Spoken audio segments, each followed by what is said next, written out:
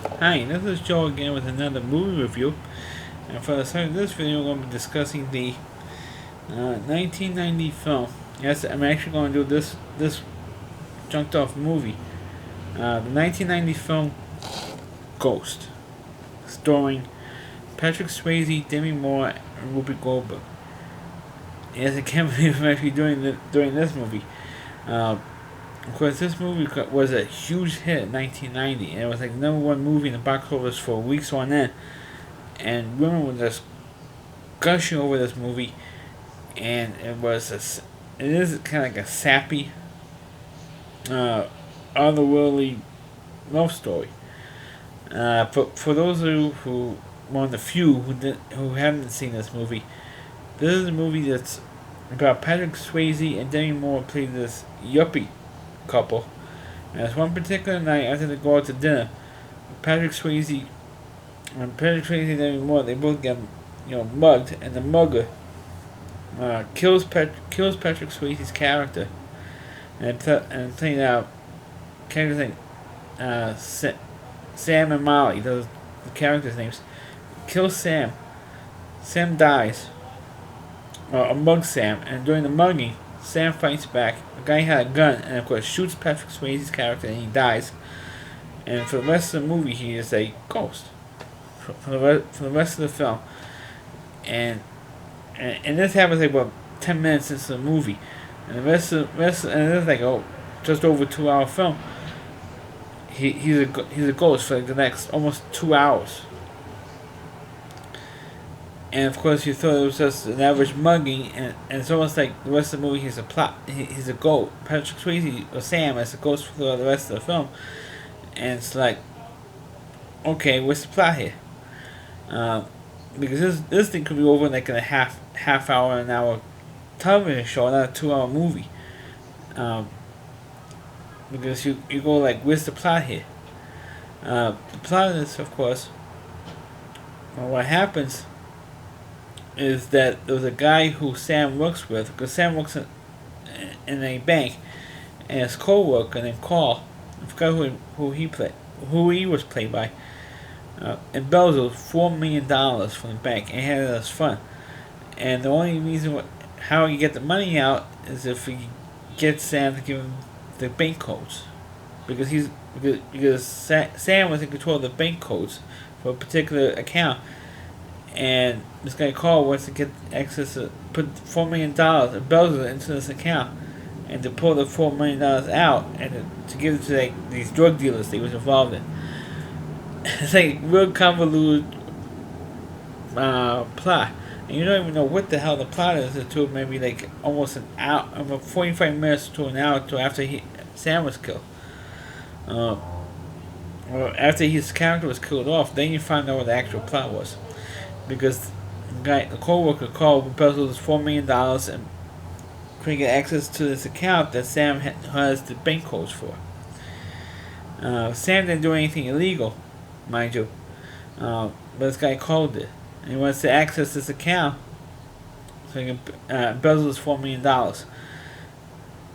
Meanwhile, Sam was trying to communicate to Molly what the hell was going on, who was involved, who killed him, and of course why. Because Sam followed not only the killer, but also Carl, and they found out exactly. He found out exactly what was going on, because actually he's a ghost and nobody could see him, and he has to somehow communicate this to Molly. He doesn't know how to do it, and he found this con artist who was pretending to be a psychic and to communicate with the dead.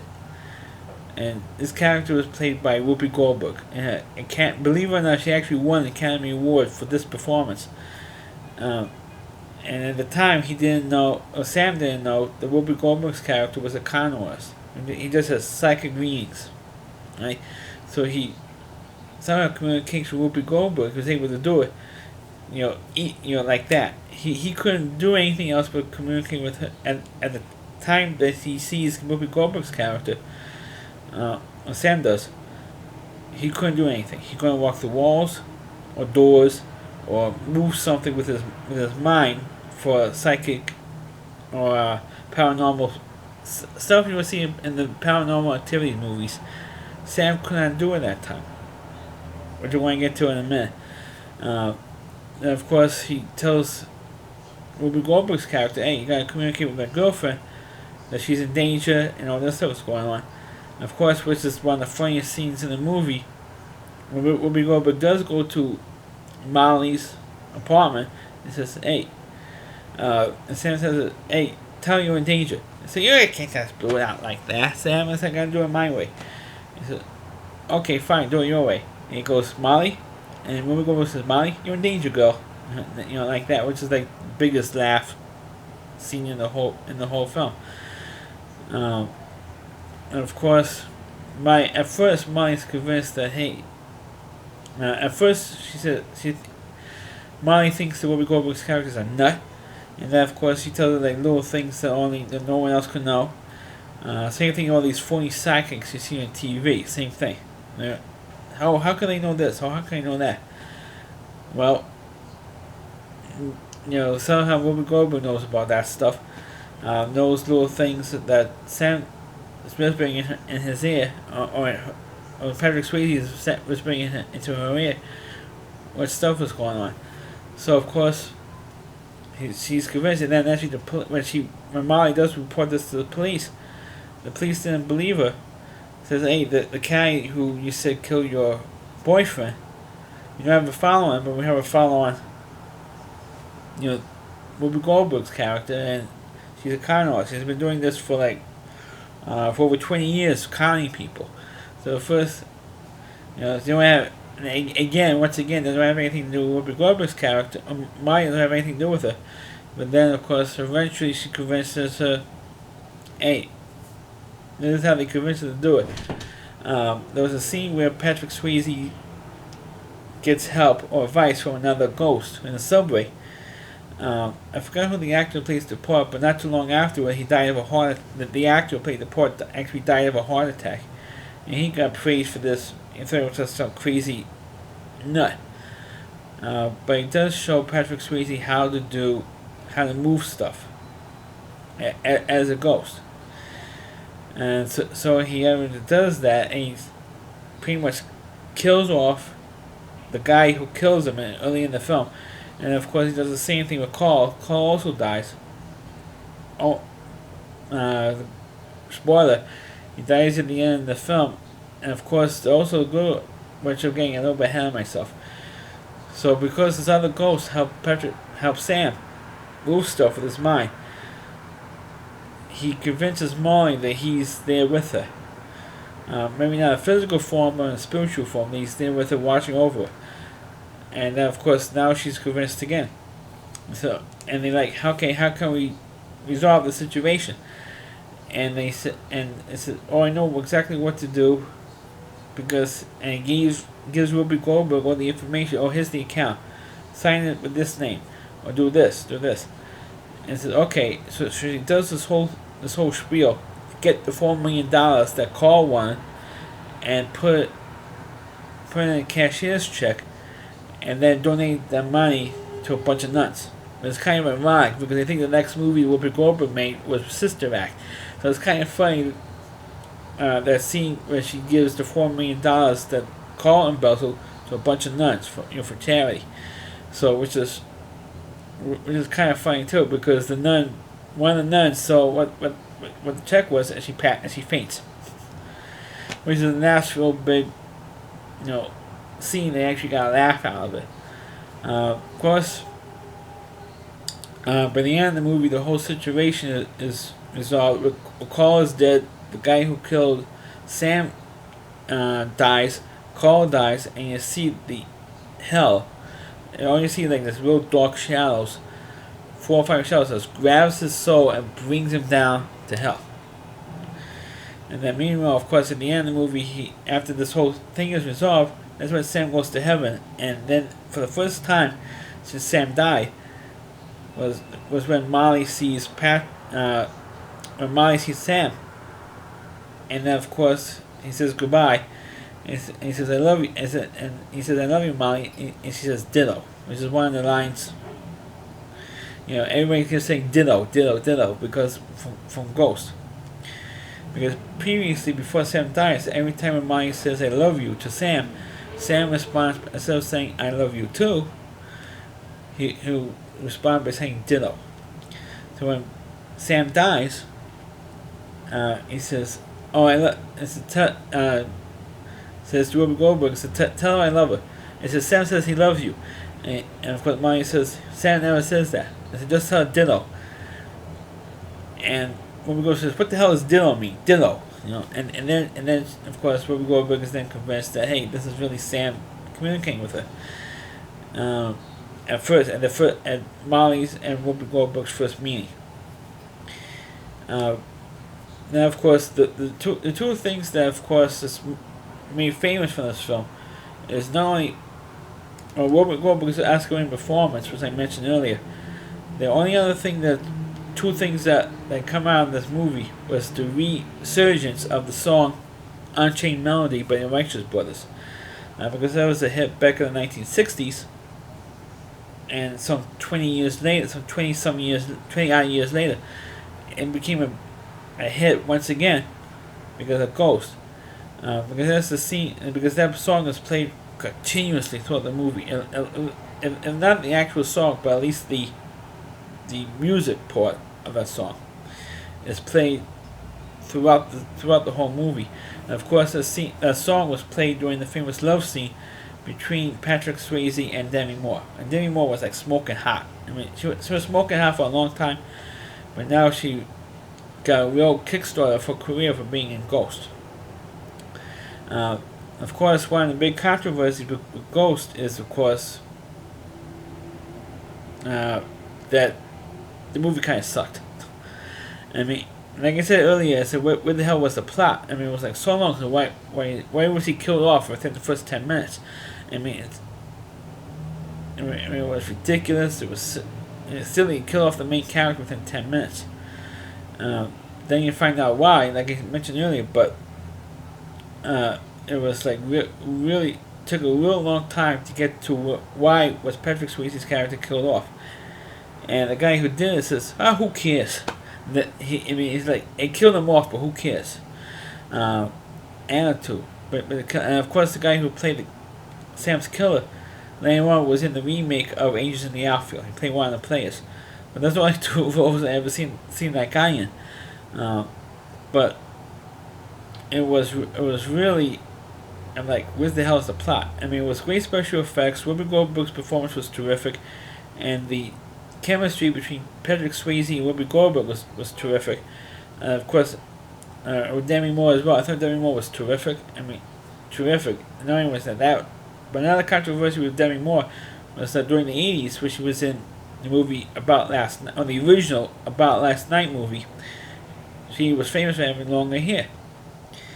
Well, what she did just before she started filming Ghost, she cut her hair off and said, "Oh my God!" The producers and the directors freaked out. So, "Oh my God, she cut her hair." But of course, what happened was people loved that hairstyle, and women got their hair cut short to emulate Demi Moore in Ghost, because women, like I said, women were crazy about this movie, and the movie did get praise. But of course, it depends on if you're a man or a woman. Because a lot of women said, "Oh, this movie's too mushy. This movie was the plot." But one thing that I did like about this movie is that the special effects were terrific. I mean, there's two things I really liked about this movie, and that's Whoopi Goldberg's performance. Even though I'm not a huge Whoopi Goldberg fan, but I liked her performance in this movie and the special effects. But terrific special effects in this movie, and it's really was real. Even though you didn't have real CGI then, but the special effects were really, really terrific in Ghost.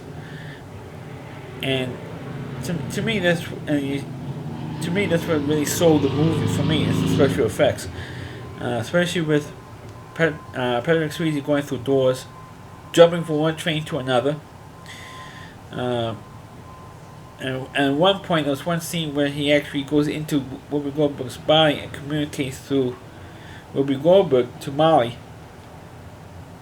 so they could touch hands. Um, but that stuff was really terrific special effects, at least for its time, for 1990. You had to realize it's 1990 special effects. And the movie made today in 2016, that's going to be all CGI. It'll be a CGI set, like they do with the Star Wars movies.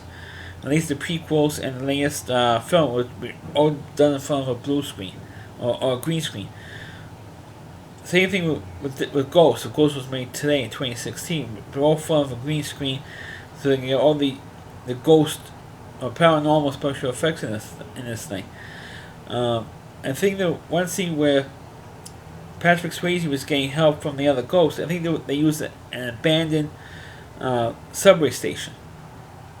42nd Street subway station for that. Even though you saw trains passing through there.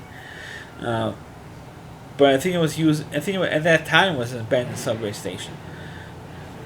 But it was made real that it was a real gritty subway station that they used in Manhattan for that sequence.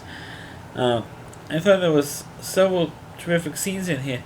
But as an overall movie, you could say, it was at the time of the movie, I thought it was some great performances and the special effects, but for the plot, I mean, I always like movies with a plot. But if you find out like more than halfway through, like about 45 to 50 minutes into the film, what the plot was, I mean, especially for a movie like this, like I said earlier, Patrick Swayze gets killed off 10 minutes into the movie. Now, if they had all the embezzlement stuff before then, and then Patrick Swayze gets killed, becomes a ghost, and think if they represented some of those scenes, I think it would have been a better movie. But it is a good movie, and I'm saying it's not god awful bad, but it's bad enough that it's like cheesy bad. It's not that so bad it's good. It's just the plot was a mediocre plot, but like I said, the special effects and the performances by the main characters, especially the three main characters and the special effects, that's what made the movie work. And of course the song Unchained Melody also made revitalized, because the song was used in the song Unchained Melody was used in Ghost. It's like revitalized the song. And of course every love scene after that they used that song. I mean, that song was, Unchained Melody was all over the place because of the success of Ghost at the time. That song was all over the place, and singers, most recently Barry Manilow, a few years ago, almost 10 years ago, we did that song, and it's just, at the time of 1990, it was all over the place. You couldn't get away with from Unchained Melody or Ghost at that time, but Ghost was, it's entertaining enough to watch, but if you constantly watch it, the more problems you're going to see with this movie, especially the plot, like I mentioned earlier. So that's my review of the movie Ghost. Please check on the video, please rate it. Feel free to comment on it. Please subscribe to my channel, and please forward this video onto your Facebook pages. You can also check out all my videos not only on my YouTube channel, but realityc.com, that's all WDY, and that's C.com. There's a homepage to the Reality Reviewer, Chris Lee Moore. Please check out all of his content, and also you can check me out on Twitter at Joe Gutfeld, at Joe Gutfeld on Twitter. Please follow me there. If you have any suggestions, please write to me on Twitter or on my Facebook page. If you have any more suggestions for movie reviews or whatever. Thanks for watching. Catch you next time.